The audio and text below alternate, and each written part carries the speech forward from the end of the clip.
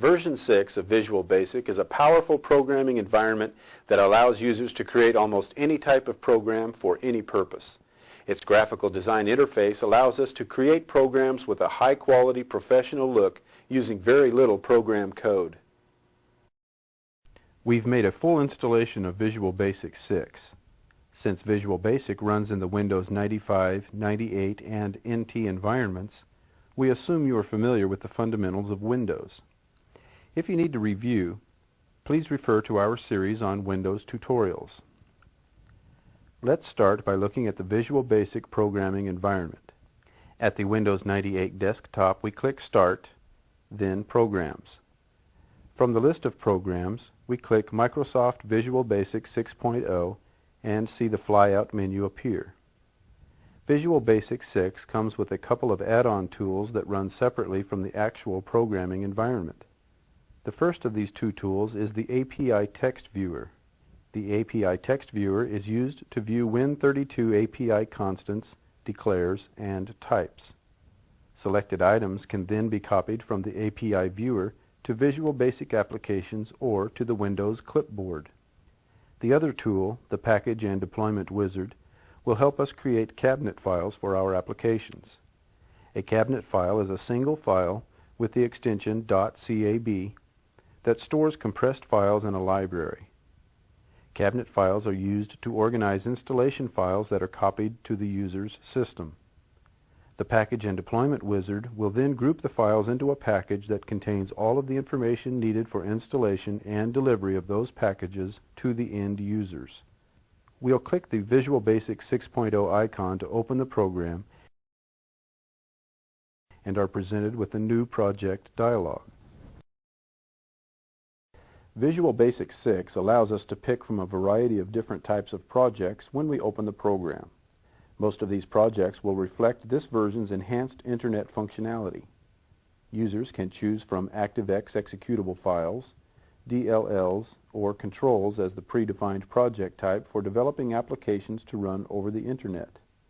In addition to ActiveX controls for the Internet, users can also use Visual Basic to create dynamic HTML pages. Using the DHTML page designer, we can create web pages as easily as we create Win32 applications.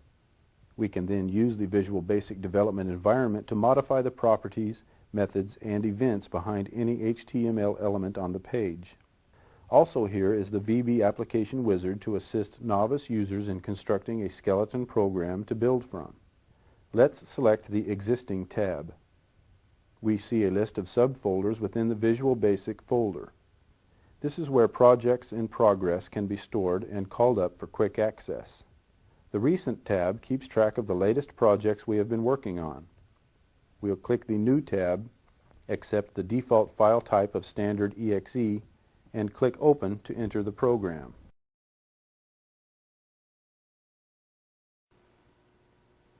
Visual Basic 6 has a variety of control boxes, menu choices, and toolbars that most users with experience in earlier versions of Visual Basic should recognize.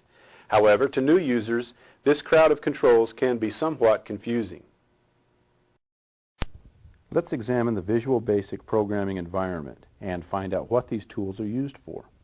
At the top of the screen is the title bar, which shows the default name for projects in Visual Basic, Project 1. When we save our sample programs, this title will change to reflect the name of our saved project group. Below the title bar is the menu bar, containing pull-down menus for most of the commands in the programming environment. Notice that each menu on the bar contains an underlined letter, which allows us to access the pull-down menu by holding down the Alt key and pressing that letter. Let's try it. We press and hold down the Alt key, press the letter V on the keyboard, and see the View menu appear. We release the Alt key and notice that within the menu, each command has an underlined letter for keyboard access. These letters allow us to execute commands much quicker than using the mouse and are called accelerators or keyboard shortcuts. Some commands in the menu also have a triangle to the right of the command name, which indicates a flyout menu with more choices beneath the main menu. For example, we press the letter Z on the keyboard and see the Zoom submenu appear. We can also move up and down within a menu by using the up and down arrow keys, as well as using the escape key to back out of the menus one level at a time. Beneath the menu bar is the standard toolbar, which contains commonly used commands for quick access with the mouse. Aside from the standard cut, copy, paste, and save icons, we can add a form to our project, enter the menu editor, or bring any of the main toolboxes to the forefront of the screen by clicking their icons in the toolbar. In the middle of the main view is the Form window, which we can maximize for more screen space. This window contains the form, or visual component of our work, and it is here that we will lay out the graphical portion of our sample programs. The form is a representation of our finished program's appearance and can be resized to our liking. When we start working with controls later on, we will be placing them directly on this form. To the left of the form window is the toolbox, which displays the controls we can add to our blank form. The toolbox allows us to pick the graphical elements our program will use by clicking on the element icons and positioning the elements in our work area. Found here are basic Windows elements like text boxes, labels, list boxes, and command buttons, as well as advanced controls for creating graphics, all waiting to be picked from the toolbox and inserted into our program. To the right of the form window are three separate toolboxes displaying another of Visual Basic 6's features, linking.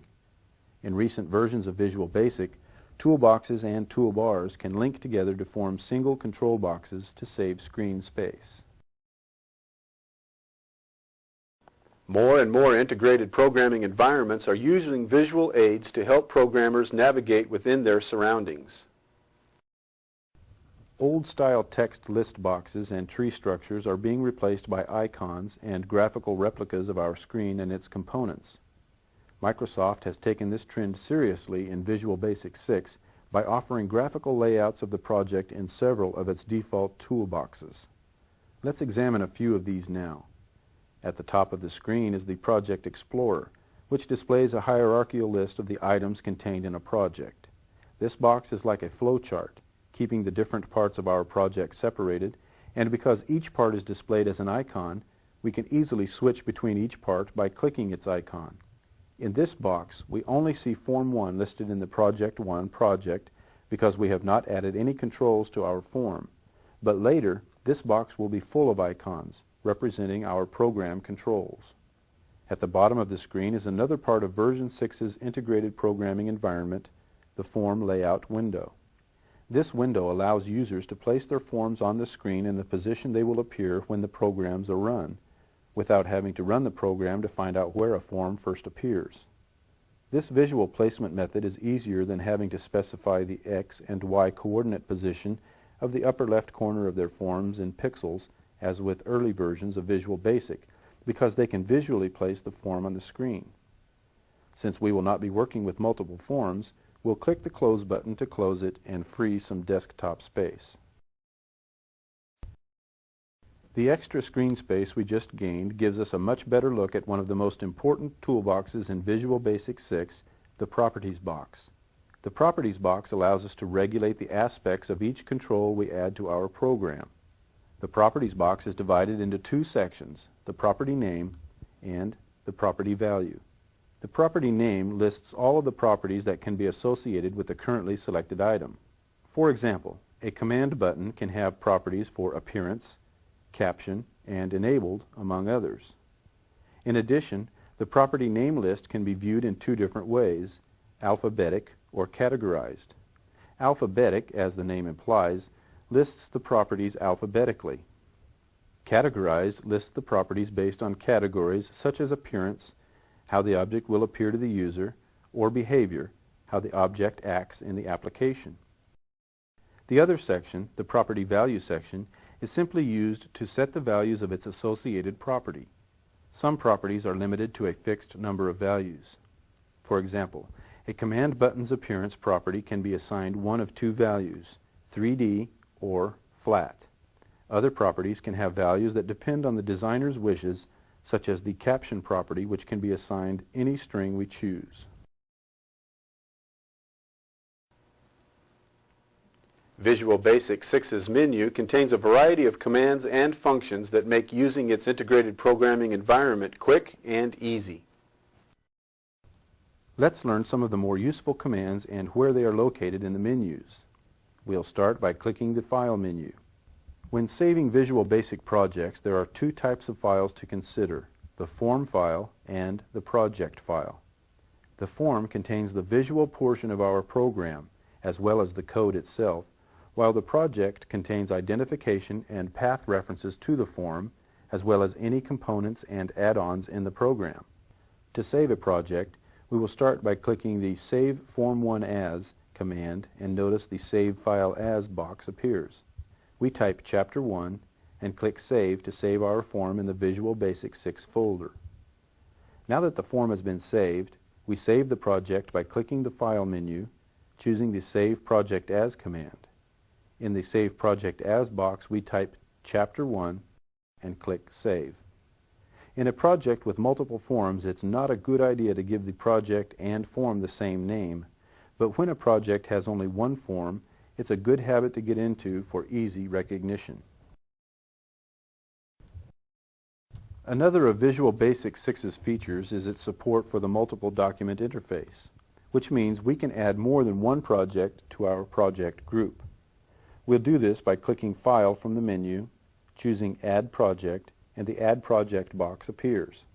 As we can see by the choices listed here, anyone developing a program file can greatly benefit from this new ability.